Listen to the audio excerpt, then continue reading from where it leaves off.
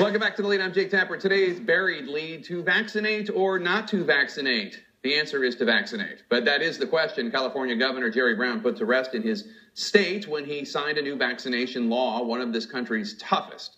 Senate Bill 277 bars religious and other personal belief exemptions for school children, requiring all public school children in the state of California to be inoculated against 10 diseases, including diphtheria and measles, starting in 2016. Now, the dissent was immediate from the anti-scientific, anti-medical community. One of the loudest and most virulent, of course, noted immunization non-expert actor Jim Carrey, who wrote on Twitter, quote, "California governor says yes to poisoning more children with mercury and aluminum in mandatory vaccines. This corporate fascist must be stopped," close quote. Well, with a lot of bad information and junk science out there, Carrey has 14,685,000 Twitter followers. We thought it might be a good idea to take some of these claims to one of the top doctors in the land, Dr. Anthony Fauci, the head of the National Institute of Allergy and Infectious Diseases, who's joining me from his office in Bethesda, Maryland. Dr. Fauci, thank you so much for joining us. Let's get straight to some of these claims. Carrey says about mercury, quote, "They say mercury in fish is dangerous, but forcing all of our children to be injected with mercury in thimerosal," that's a preservative in vaccines, or was used in vaccines, "is no risk." Does that make sense? So, Dr. Fauci, tell us about thimerosal. Is it dangerous? Is it in vaccines? No, it's not.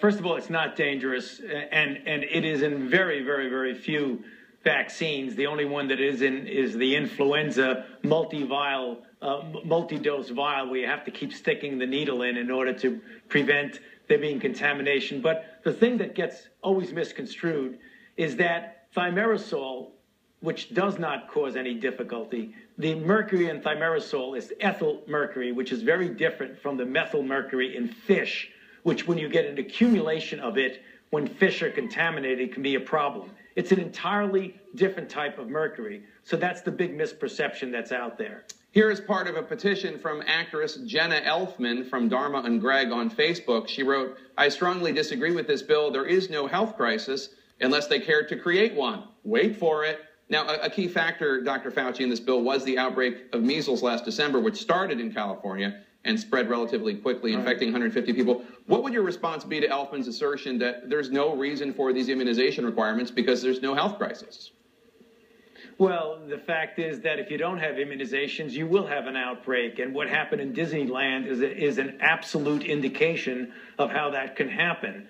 So I think people don't appreciate that by not vaccinating children, not only do you put the children themselves at risk, but you also have a societal risk, because if everybody felt that way and the number of vaccinations went down, that kind of protective umbrella that you have over society will be removed, and there will be a lot of disease. If one just looks historically at measles before vaccinations were available, it was a terrible disease. 2 to 3 million cases a year in the United States, 400 to 500 deaths, thousands and thousands of hospitalizations, things like encephalitis. Measles is a very serious disease. And to just say there's no crisis means that you're going to create a crisis if you don't get vaccinated. The actress and producer of the movie Diary of a Teenage Girl, Miranda Bailey, tweeted, quote, "The hepatitis B vaccine makes no sense for babies and small children." I've heard this one a lot, Dr. Fauci, because obviously hepatitis B is largely a sexually transmitted disease. What is your response to her? Why would a baby need that vaccine? Because when you become an adult, obviously, when you see a baby, the emotional response is, why would I want to give a baby a vaccine that would protect them against something that's generally transmitted by injection drug use or by sexual contact? Well, the fact is, you can completely eliminate hepatitis B from society because it's a highly, highly effective vaccine. And you can't predict what's going to happen with a child when they grow up. By normal, innocent sexual contact, they could wind up getting infected with hepatitis B, which is the type of hepatitis that often goes to chronicity and can cause liver failure. You could essentially stop that in its tracks with vaccination. Dr. Fauci, thank you so much for your expertise. Appreciate it. It has happened again. Another person attacked by a shark, once again in North